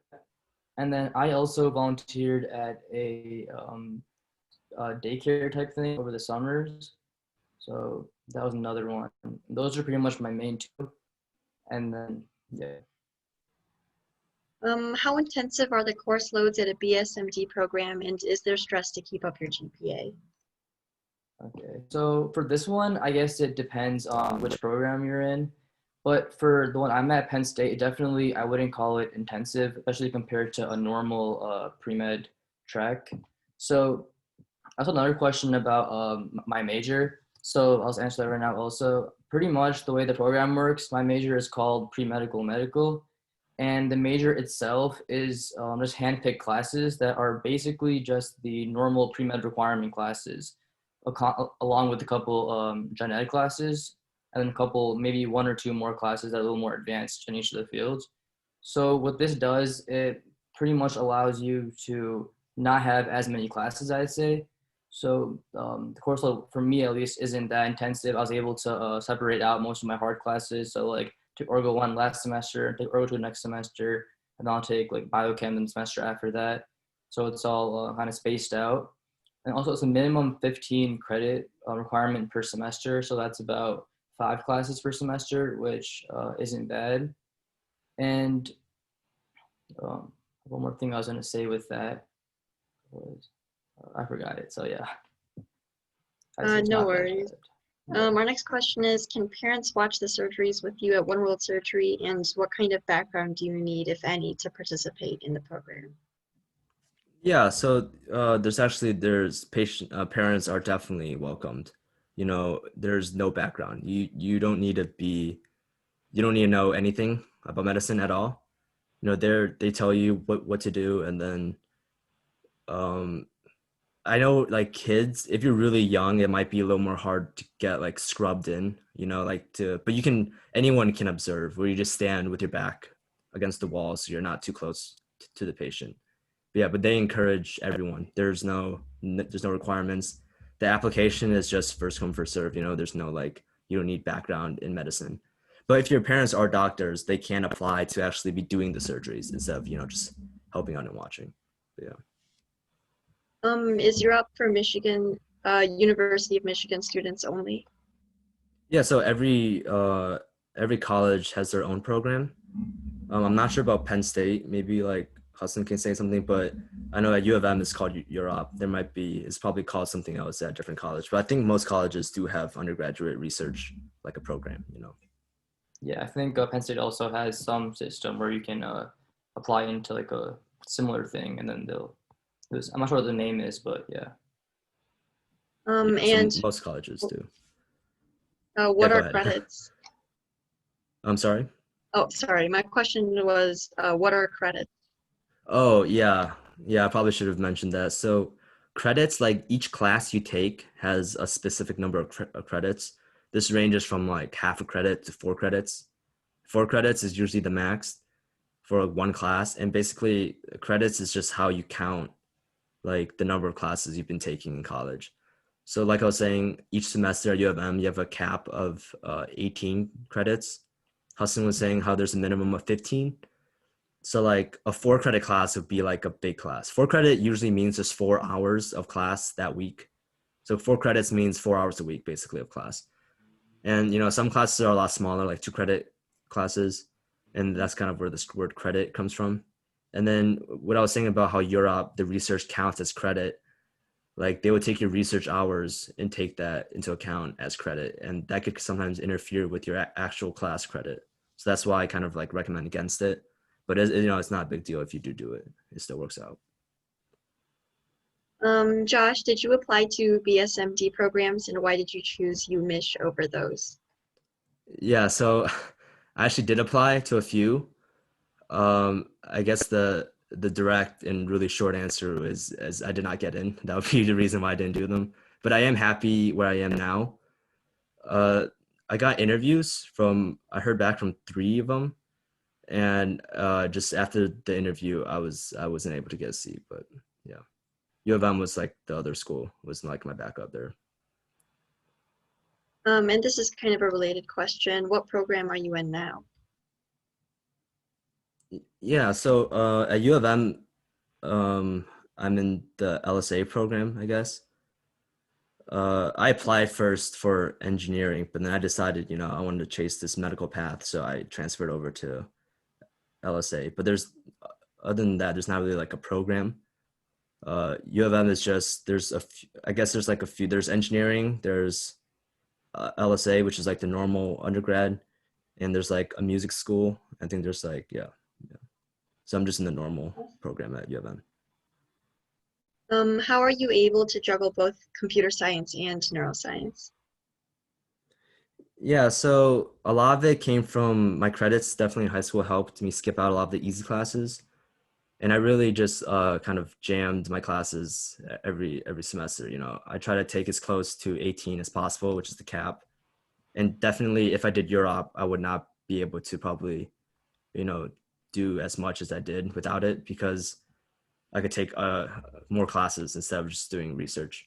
And also I took classes in the summer and the spring, which helps you get ahead, And yeah, I guess for time management, it's not so bad, during the year. You have a lot of time to do things, but I guess the big thing is self-control, because you are by yourself now that you're in college. There's no one breathing down behind your back, trying to get you to do your homework. So that's a big thing. But I wouldn't say it was like that bad. A lot of the classes just were open, and then I took them, and I took some bonus ones during the spring and the fall and in the summer to get ahead. That's basically it. What's the highest level math course you need to take for computer science? Yeah, so I'm not sure about CS major, but I know for minor, most of it is just if you get a 5 on calc, you'll be fine. If just calc 1, calc 2. I don't think you need to go beyond that. But if you are doing engineering, you're gonna have to take, calc 3, like I think that's multi, and then there's like linear stuff like that. But yeah, it's not really a high math requirement. I know for pre-med at least, you only really need calc 1, and that's it. None of the classes require any prereqs that are higher than that. If you get B's in bio or chem, can you still do pre-med, or should you drop out? Oh yeah, it's totally all right. Like, it's not a problem at all. This definitely, I'll go back. This should definitely not be a scare. It's just more to kind of understand before you go in. So like, say you got a B in Orgo, right? Like it's not an issue. Like the median grade is the B. So, if you're saying if you get a B, then you're screwed. Like for medicine, then you're saying basically just like what? This is just 30 some percent of the people actually become a doctor. This is not true. But I would say if you're applying to, like a really prestigious med school, a B isn't great, but a B here or there is not a big deal. You know, it's really difficult to have a 4.0 throughout 4 years of college. So I would not worry about it, you know. Also, you have like 4 years of classes. We're taking like at least like only 4 or 5 classes at least per semester. So 1B in one class really isn't that big of a deal. It won't even Yeah, drop your GPA that much. You still have like a 3.98, 3.99 or something overall, yeah, which is really good. yeah, exactly. Like Hudson said, you're taking so many classes, you know. If you're taking like around like 15 to 18 credits per semester, right? That's 8 semesters. So if you get 1B in one of the classes, it's really not a big deal at all. How many classes is 18 credits? Yeah, so 18 is usually 4, maybe 5. You know, some classes like Orgo have a lab component. So I know Orgo, the lecture, like 210 is 3 credits. And then the lab is 211, and that's 2 more. So Orgo is actually 5, you know, because you have combined them 2 and 3. So it varies between, you know, 4 or 5 classes. Yeah. You both mentioned your minors in college, but what are your majors and why did you choose them? Yeah, I can start with that. So my major is neuroscience, and I guess the reason is that just I just have a really strong interest in that. I did this thing called Brain Bee. I think it's for high schoolers. It's like this competition where you read this book about brain facts, and you just take a test, and then there's like a verbal portion, and that really got me into, like, you know, just the brain. I thought it was really cool. That's why I'm majoring in that. Maybe Hudson could talk about his. So my major is just pretty much like it's kind of unique to the program. So only offered to kids in the program. And it's also not, I think most programs are different than this. But so most of the programs I think will have you pick an actual major, but mine it's just a pre-medical major where they have certain classes. And I was gonna say this before, but I forgot. But someone about the course load thing.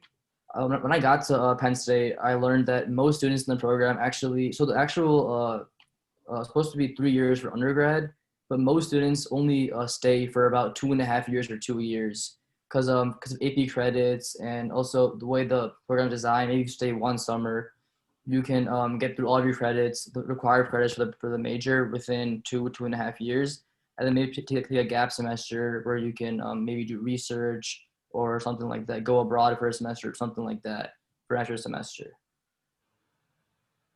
Would you recommend having a major that is related to medicine in college, or does it not really matter? Yeah, it definitely does not matter at all.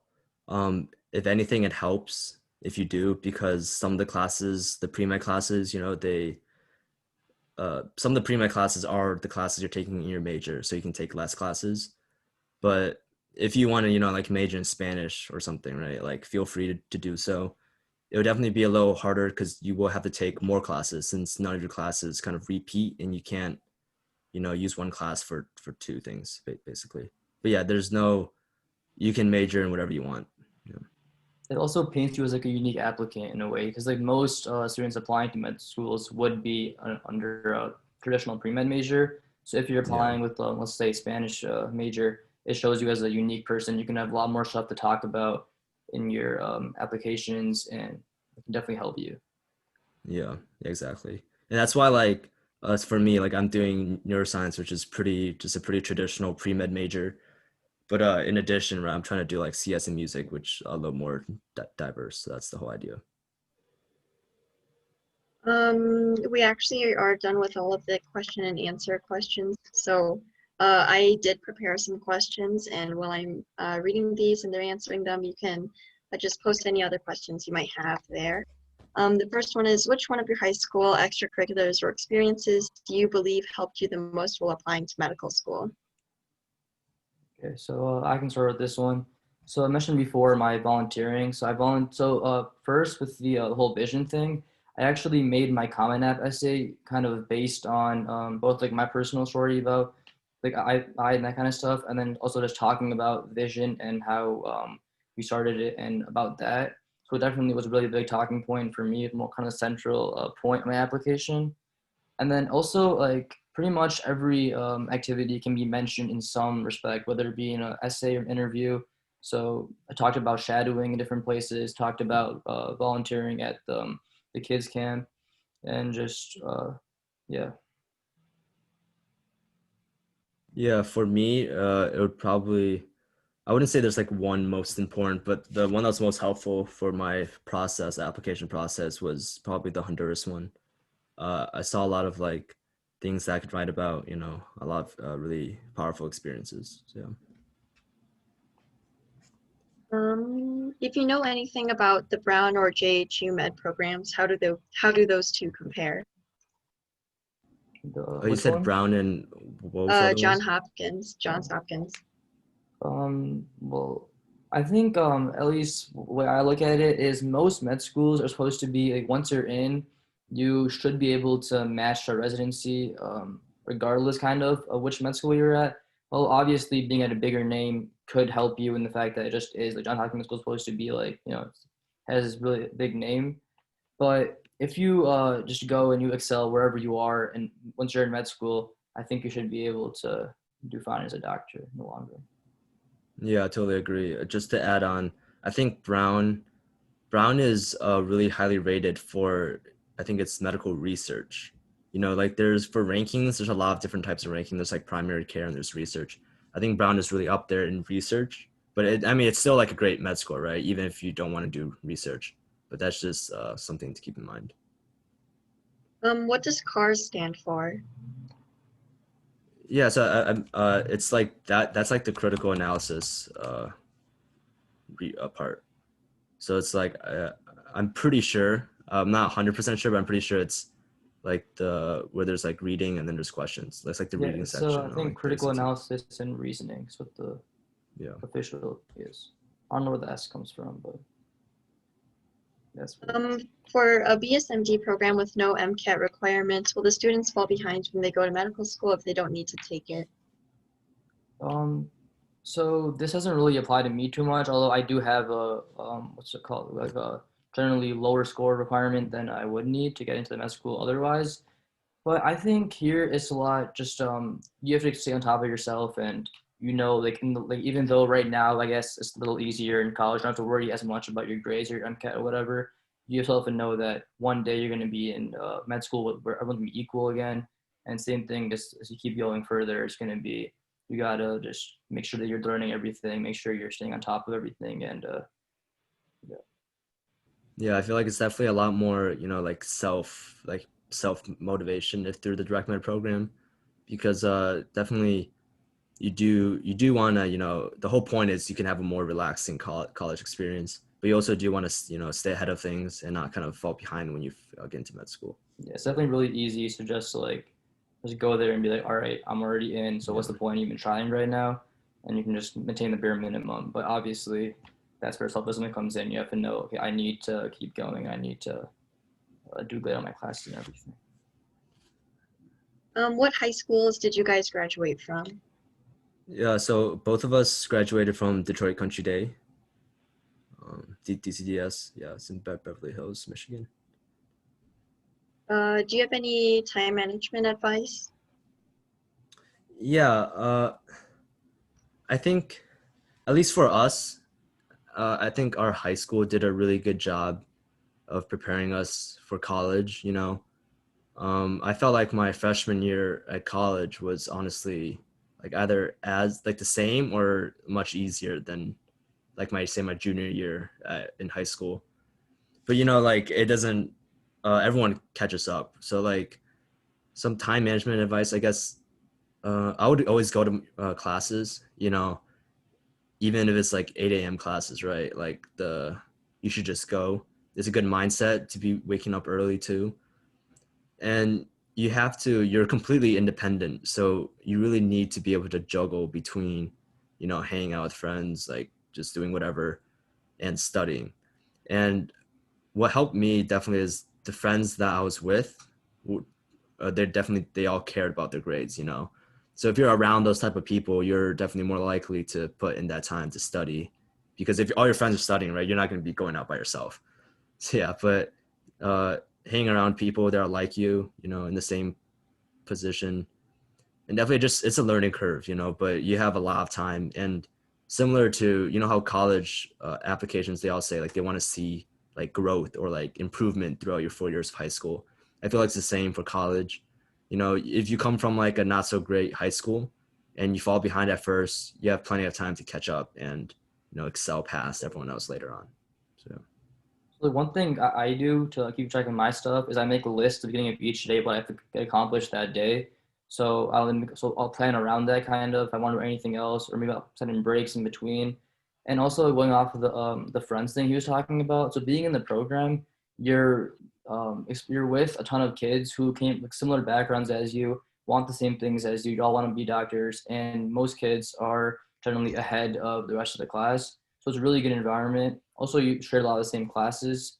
Definitely a very good environment where you all kind of study together and stuff like that and help each other out. Which medical specialties have the highest demand? Yeah, so that's actually a great question. There's actually a few. It's called, the abbreviated is called like ROADS, I think, like ROADS. And then it's like ROADS, right? And these stand for, I think R is radiology, O ophthalmology, A is anesthesiology, D dermatology, and I'm not sure about S. I'm not positive on what that is. But basically, these are the most competed for positions like after your medical school. So when you try to match to a residency, which is after your 4 years of med school, you have to get matched to a specific like hospital and their specialty, right? So like say like dermatology, like the reason that these are so highly competed for is because, you make a good salary and it's kind of like a 9-to-5 job. You're not doing like 8-hour surgeries like some surgeon would be doing, and you're getting paid a decent amount. You're able to have like a life kind of like outside of medicine. But there's this test you take called a step 1, which is during your med school. And basically all the highest scores are people trying to get into these 5 or these 4 kind of residency matches or specialties. And obviously there's like other ones like neurosurgery, right? That's probably like the top 2 at each med school get matched to neurosurgery, but they're not as popular as you would think because it is a really demanding job and you won't have that much of a life like outside of your job. But yeah. I'm pretty sure S was for surgery though. Oh yeah, that makes sense. Yeah, so. Yeah. It's definitely, surgery is a lot different from the other ones where they're all like clinics. Surgery is a lot of hands-on, so it is popular. But Also it is a lot more, more schooling though, a lot more residency down the line though. Yeah, definitely. What is dentistry/orthodontistry like? I don't think either me or Hudson have a lot of knowledge on this. I know there are direct dental programs really similar to direct med. And I guess I would say it's pretty similar, I wouldn't, Yeah, I think like sorry, most I don't of really like, the beginning like college streams be kind of similar classes and stuff, but I'm not really too familiar with like the actual, because we've been kind of pre-med our whole lives, I feel, so. Yeah, definitely. Do you guys know what specialty you want to go into yet? At least for me, I'm not positive. I definitely want something in surgery. Maybe like ophthalmology, which is like eye surgery, but I'm not positive. But I know it's definitely surgery related for me. Yeah, for me too. I think something probably more like hand-based or like operation-based or something like that. But then again, even for us, there's a lot of time to decide this. So like in residency or in med school, you go through the rotations where you spend time, like I think 2 weeks to a month with every specialty, and you can kind of like really see what interests you the most and then go from there. So maybe after that, a better idea. Yeah, it's definitely not something you need to be considering in high school or even in college. You have plenty of time. What are some of the most unexpected challenges of pre-med and how did you adapt to them? I think one of the big ones is, I guess, this pandemic right now. I had a lot of plans this summer, to go out to volunteer, to do clubs, host programs, and all of that is canceled because of the pandemic. Actually, like the seminar was gonna be like I had plans for like a full-fledged week-long summer camp for pre-med kids with like a lot of like hands-on things, but we can't do that during the pandemic, so yeah. But there's a lot of things that you can be doing, right? Like the links I sent, there's a lot of online things you can be doing. You can be like doing the grocery thing. There's a lot of tutoring opportunities, especially now. And I would say to make making the best of what's happening now, it's a really good way to get ahead, because this is a challenge for a lot of people. You know, imagine like you're planning your gap year, right? And then this happens, your entire gap year plans are kind of blown over, right? So you have to be able to adapt and make the best of the situation. What was starting Vision like, and can you tell us a little bit more about what you accomplished with the club? Yeah, Hassan, do you want to start off here? I think, well, starting it, I think Josh pretty much just came to me with the idea. So what's it called? I think he, like you said before, he spoke to the person who founded it. So he came to me and was like, "Do you want to do this?" And then I was really interested in it too, because I knew it seemed like a really good idea. So we spoke with in our school, we spoke with our advisor, or our hormone teacher, I don't know what you guys call him. And we asked her if she could be like the teacher sponsoring it in our school, and she was okay with it. So then we kind of had a club in the school, and we spoke with like our friends and like other people, kind of advertised it around the school to get people to join. And then from there, just I guess the common stuff you do to raise money for charities. We went through that kind of stuff, and then sent the money over, and then yeah. Yeah, a big thing was just, most of it was just diplomacy with the school, you know, planning stuff out with the school. Like maybe like if enough people donate, we get like like we had uniforms, like maybe if enough people donate, we get like a casual day or something, like, you know, like bake sales, like Hudson said, just a lot of small things like that to get students to, you know, donate and take involvement. And it was like, it wasn't as complicated as it sounds to set up, because it is, we're opening like a chapter, you know, we didn't like found this entire organization, right? This was something established at Harvard. And I just happened to meet the dude who was the president. So we just opened a chapter at our high school. So they gave us a lot of instruction too. So we weren't like by ourselves, you know. Those are all the questions we have. So yes, I'll just ask some. And the webinar is ending soon. So if you have any questions, just get them in now, I guess. What are some good ways of showing demonstrated interest? I think, like we've been saying, I think for me, the primary ones are just shadowing, volunteering, research, and then just extracurricular activities, and then obviously grades and test scores are on the side. But just if you can I feel just do all four of them, or do as much in all four of them as you can, and then so like just have a groundwork kind of, and then maybe go a little further in certain ones. So I feel like I maybe do a little more volunteering or a little more shadowing. So I kind of strengthen those parts of extracurriculars, strengthen those parts of my application, and then yeah. Yeah. Due to the time constraint, we only have time for two more really quick questions. The first is, does the pandemic discourage or even intimidate you from pursuing the medical path? I don't know about, well, actually, I don't know about intimidate or discourage. It definitely wasn't the greatest thing to hear, you know, when you have plans made, then they're all kind of like canceled and ruined because of the pandemic. But I think if anything, it encourages, you know, because a lot of these people need help. And then you, like, as just like a not a doctor, you know, just as a student, you have the opportunities to do a lot to help the community right now. And I guess, and it's definitely a good thing to take advantage of that, you know. So I think if anything, it definitely encourages, right, our, like the passion for medicine and the interest. Yeah, and then also I think for me, the place I'm at right now, I didn't really have to be doing too much extracurriculars or anything on the side really too much, so I wasn't really discouraged by it.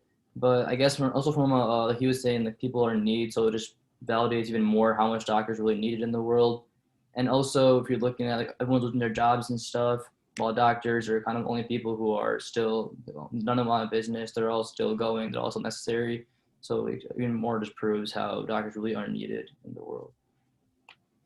And Hassan, did you do research in high school?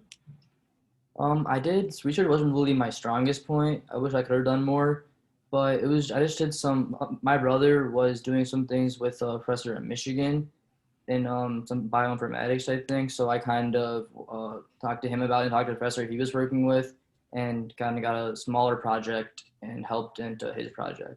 But I definitely wouldn't call that kind of the centerpiece or anything of my application. Yeah, totally. Like research in high school, I did have a little bit, but it wasn't even medical related. It was more engineering for like we had like our science fair or anything. So it's more for that. I know the people who do get research, right? There's like quite a few. I mean, there's only a few. And I remember them telling me like they emailed probably like hundreds of labs and they heard back from like 2 or something. So it's definitely, yeah, it's definitely not something to All be luck in worried there. about. Or maybe Yeah. if you know someone who has a lab, that's also like a really Yeah, good way to connections get and it. kind of like Connections are luck. definitely very Yeah. big. And everything, honestly, as far as if you want to get shadowing, also connections are a really big way to get them. Yeah. And like if your family, right, is in medicine, you still have plenty of opportunities to gain these connections, by going out there, talking to people, Yeah. Unfortunately, that's all the time we have today. Thank you, Josh and Hassan, for sharing medical career preparation information. Don't worry if you didn't catch everything. mYe Beat will be posting a recording of this seminar. It would be awesome if you could share our website with 5 of your friends so we could reach more people. Thank you for joining us today for the mYe Beat Live 6 seminar, How to Pursue the Medical Track in College. If you are interested in attending more live seminars, you can go to the mYe Beat website and sign up for our newsletter, and we'll keep you posted. Our next and final seminar on September 5th is about youth sports programs. If you are interested in signing up, please visit myebeat.com, where you can also find topical, interesting articles and ideas for fun activities at home. Thank you for coming today, and we hope to see you again at future events. And thank you, Josh and Hassan, for being here.